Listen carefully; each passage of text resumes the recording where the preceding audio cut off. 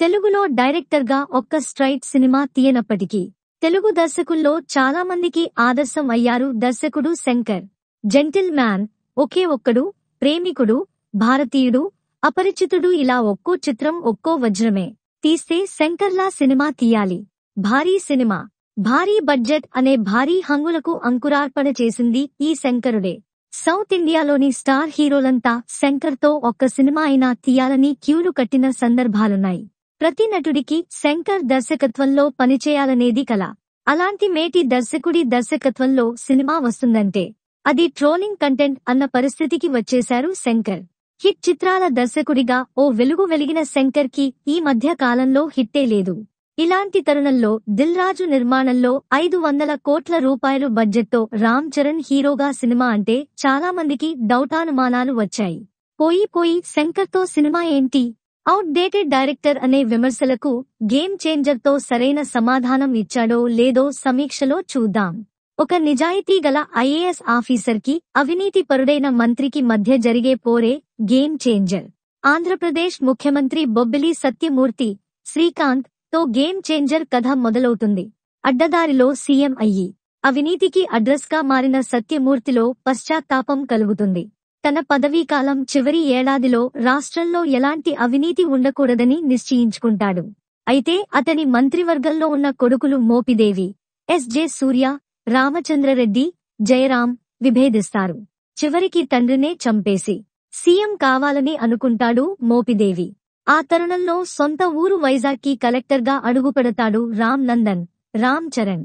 వచ్చి రావడంతోనే అవినీతి ప్రభుత్వంపై ఉక్కుపాదం మోపిదేవి ఆట కట్టిస్తాడు. అనూహ్య పరిస్థితుల్లో సత్యమూర్తి రామ్ నందన్ని రాష్ట్ర సీఎంగా ప్రకటిస్తాడు.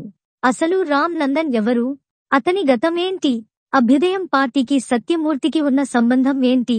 రామ్ నందన్ని ఎందుకు సీఎంగా ప్రకటించాడు? అప్పన్నకి రామ్ నందన్ కి ఉన్న రిలేషన్ ఏంటి అన్నదే అసలు కథ. లంచగొండుల ఆట కట్టిస్తూ శంకర్ తీసిన జెంటిల్మెన్, ఒకే ఒక్కడు, భారతీయుడు, అపరిచితుడు చిత్రాల్లో కథానాయకుడు అతి సామాన్యుడే. ఆ సామాన్యుడి తిరుగుబాటే శంకర్ చిత్రాలకు మూలం. కానీ గేమ్ చేంజర్ శంకర్ కథలకు భిన్నంగా సాగిన కథ. ఈ కథలో కథానాయకుడు పవర్ఫుల్ ఐఏఎస్ ఆఫీసర్.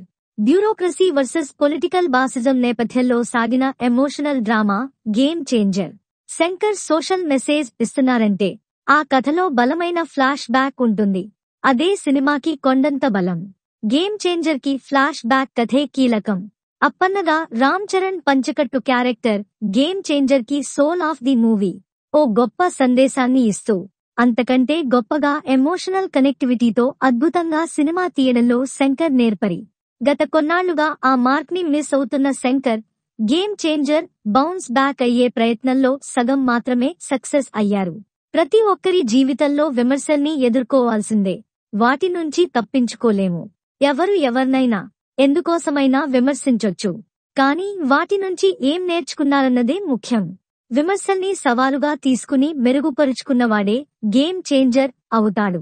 దర్శకుడు శంకర్ కూడా అలాంటి గేమ్ చేంజింగ్ మూమెంట్ కోసం తన సొంత కథల్ని పక్కన పెట్టి కార్తీక్ సుబ్బరాజు ఇచ్చిన కథతో గేమ్ చేంజర్ ని రూపొందించారు. సీఎం, మంత్రి మండలి, ఎలక్షన్ కమిషన్, ఐఏఎస్లు ఇలా భారీ సెటప్ తో గేమ్ చేంజర్ ని భారీ హంగులతో చూపించారు. శంకర్ మార్క్ సందేశం, visuals, richness, emotional connectivity, flash back ను గుండెలకు హత్తుకునేలా మలిచిన తీరు శంకర్ ఈజ్ బ్యాక్ అనేట్టే అనిపించింది. ఇంటర్వెల్ ట్విస్ట్ తో మైండ్ బ్లోయింగ్ అనిపించారు. సెకండ్ హాఫ్ లో అప్పన్న పాత్రే ఈ గేమ్ చేంజర్ కు ప్రాణం. ఆ పాత్రతోనే శంకర్ కావాల్సినంత సోషల్ మెసేజ్ ఇచ్చారు. అప్పన్న పాత్రను మలిచిన తీరు, ఆడియన్స్ ను కనెక్ట్ చేసిన తీరు బాగుంటుంది. అయితే ఏదో అద్భుతాన్ని ఆశించి గేమ్ చేంజర్ కి వెళ్తే మాత్రం నిరాశ తప్పదు. కథ కూడా రొటీన్ ఫార్మేట్లోనే ఉంటుంది. ఆ రొటీన్ కి తగ్గట్టుగా లాజిక్లు లేని చిత్ర విచిత్రాలు గేమ్ చేంజర్లో చాలానే ఉంటాయి. ముగింపు కూడా పరమరొటీన్ మాత్రమే కాకుండా వాస్తవానికి దూరంగా అనిపిస్తుంది. ఫ్లాష్ బ్యాక్ లో మైనింగ్ పై అప్పన్న పోరాటం, political entry, zero budget politics concept తో ఎదురైన సవాళ్లు, ప్రతి సవాళ్లు డ్రామా తెరపై పండింది. ఎప్పుడైతే అప్పన్న ఎపిసోడ్ ముగిసిందో అప్పటినుంచి కథనం గాడి తప్పింది. శాసనసభ వ్యవస్థ, ముఖ్యమంత్రుల ఎంపిక నాటకీయంగా అనిపిస్తుంది. ప్రతిపక్ష నాయకుడు వెళ్లి ఈవీఎంలను పగలకొట్టేస్తుంటే చీఫ్ ఎలక్షన్ కమిషనర్గా ఉన్న ఐఏఎస్ ఆఫీసర్ డిష్యూమ్ అని ఫైట్లు చేయడం, ఆ ప్రతిపక్ష నాయకుడిని అడ్డుకోవడం లాంటివి వాస్తవానికి దూరంగా అనిపిస్తాయి. శంకర్ లాజిక్లతో సంబంధం లేకుండా మాస్ ఎలిమెంట్స్ కూడా నేలవిడిచి సాము చేసినట్టుగానే అనిపిస్తాయి కొన్ని సీన్లు. హెలికాప్టర్పై వచ్చి రైల్వే ట్రాక్పై కట్టిపడేసిన వాళ్ల కట్లు కత్తితో తెంచే సీన్ అయితే బోయపాటిని గుర్తు చేశారు శంకర్. పాటల్లో కనిపించినంత దర్శకత్వ ప్రతిభ, కథనాల్లో లోపించింది. గేమ్ చేంజర్ కు రామ్ చరణ్ నటన, అందులోనూ అప్పన్న పాత్రగా పండించిన ఎమోషన్స్ కీలకం. స్టైలిష్ గా డిఫరెంట్ లుక్స్ లో రామ్ చరణ్ ఆకట్టుకుంటాడు. మళ్లీ తన కెరీర్ బెస్ట్ పర్ఫార్మెన్స్ తో రామ్ చరణ్ అందరినీ మెప్పించాడు. ఇక అంజలి పాత్ర సెకండ్ హాఫ్ కు హైలైట్ అయ్యింది. అప్పన్న భార్య పార్వతిగా కథని మలుపు తిప్పే పాత్రలో మెప్పించింది అంజలి కెరియర్ కి మరో game changing movie game changer. Kiara, dope అంటూ హీరో కోపాన్ని కంట్రోల్ చేసే గ్లామర్ డాల్ పాత్రకి, సాంగ్స్ కి మాత్రమే పరిమితం అయ్యింది. రాష్ట్ర సీఎంగా శ్రీకాంత్ కి ఈ సినిమాలో కీ రోల్ పడింది. ప్రతినాయకుడిగా ఎస్జే సూర్య విలక్షణ నటనతో ఆకట్టుకున్నాడు. ఎస్జే సూర్య మేనరిజం కొత్తగా ఉంటుంది. ఒక్క పాత్రే కాని చాలా వేరియేషన్ చూపించారు. గుండు లుక్ లో విలనిజం పండించారు. సాయ్ సత్యంగా సునీల్ నవ్వించే ప్రయత్నం చేశారు, కానీ పెద్దగా ఆకట్టుకోలేదు. జయరాం, సముద్రఖనికి ఇంపార్టెంట్ రోల్స్ లో కనిపించారు.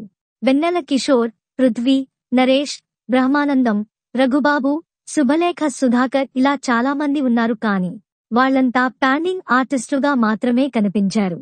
పెద్దగా ప్రాధాన్యత లేదు. శంకర్ సినిమాలు అంటేనే టెక్నికల్ గా హై స్టాండర్డ్స్ లో ఉంటాయి. గేమ్ చేంజర్ లో సాంగ్స్ పిక్చరైజేషన్ అయితే అద్దరిపోయింది. జరగండి పాటలో కనిపించే విలేజ్ సెట్ కనువిందు చేస్తుంది. డోప్ సాంగ్ కూడా భారీ సెట్ తో తీర్చిదిద్దారు. ఇక ఈ గేమ్ చేంజర్ కు దిల్ రాజు పెట్టిన ప్రతి పైసా తెరపై రిచ్ గా కనిపిస్తుంది.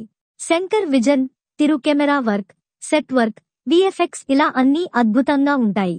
సాయి మాధవ్ బుర్రా మాటలు ఆలోచింపజేసేలా ఉంటాయి. జనాల్ని పొల్యూట్ చేసే చేయి, జెండాకి సెల్యూట్ చేయకూడదు లాంటి పొలిటికల్ డైలాగ్లు పేలాయి. తమన్ బ్యాక్గ్రౌండ్ స్కోర్ అదిరింది. రామ్ చరణ్ ఎలివేషన్ షాట్స్ కి అయితే బాధిపడేశాడు. అయితే సాంగ్స్ మాత్రం విన్నప్పటికంటే చూడ్డానికి చాలా బావున్నాయి. విజువల్ ట్రీట్ గా అనిపిస్తాయి. ఓవరాల్ గా గేమ్ చేంజర్, రికార్డ్స్ చేంజర్ అని అనలేం. అలాగని గేమ్ ఓవర్ అని కూడా తీసిపారేయలేం.